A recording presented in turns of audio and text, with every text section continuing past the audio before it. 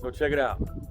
So went out wheeling, broke a little something, just my inner fender liners, nothing serious, but I'm gonna go in and fix them, put a bolt in there, put a piece of metal to shim, make it work, cut out some of that noise, and I'll be good to go.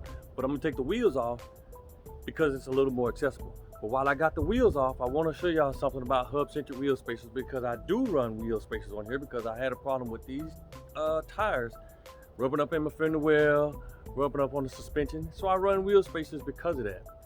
Some of y'all run them, some don't, some hate them, some like them. Hey, it's one of those things. But I'm going to show you something about wheel spacers and what you should be looking for if you decide to get some. So follow me. Oh yeah, hold up. One more thing. Hit the like button. If you want to, leave a comment, ask a question, refer a friend, tell somebody to like the page, subscribe to the page. And hey, because you know, I like wheeling, I like working on the Jeeps. That's what we do.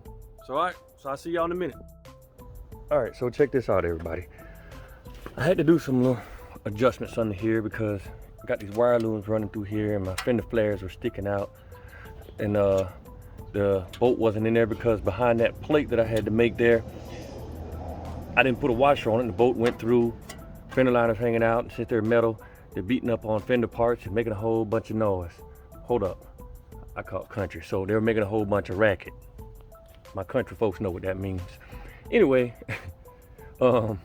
so I had to make a little washer and put something on there to fix it. So I did that, and while I had my wheels off, I wanted to show you something. Somebody asked something and said something about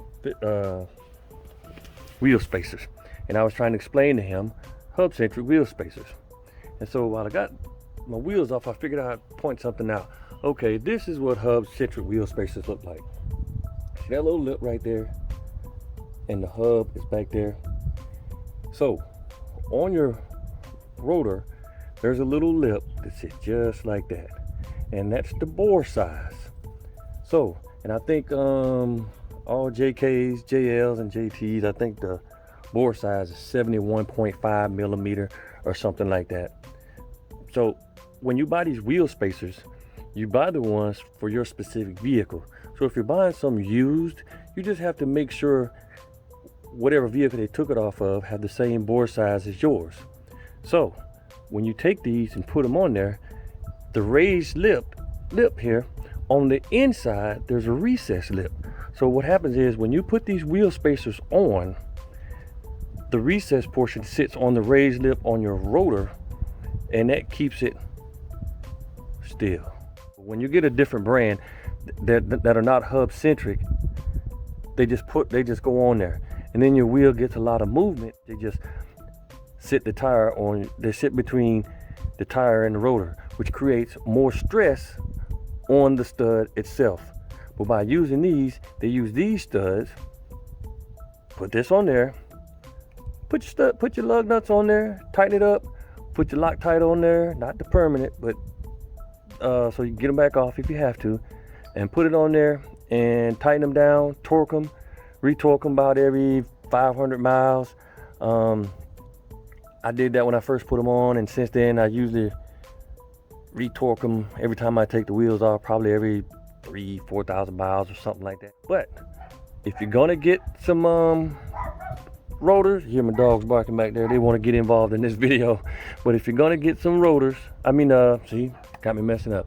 So if you want to get some wheel spacers, make sure they are Hubcentric and they have the bore size matched to your rotor.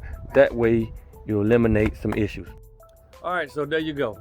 I got the wheels all bolted back on, everything working all right like it's supposed to.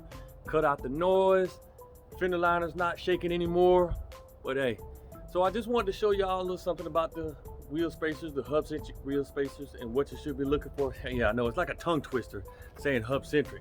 You kind of want to leave the B out, Hubcentric. But anyway, just wanted to show y'all a little something about the wheel spacers, whether you like them, don't like them, hate them, love them, run them, don't run them, feel they're bad. It's whatever. You do what you want to do with your rig, but I kind of had to get them. I helped one of my buddies put some on his JK. So that's something I just wanted to show y'all. So if you do decide to get something for your rig, you know what you're looking for. So once again, we're changing lives. Peace out. See y'all later.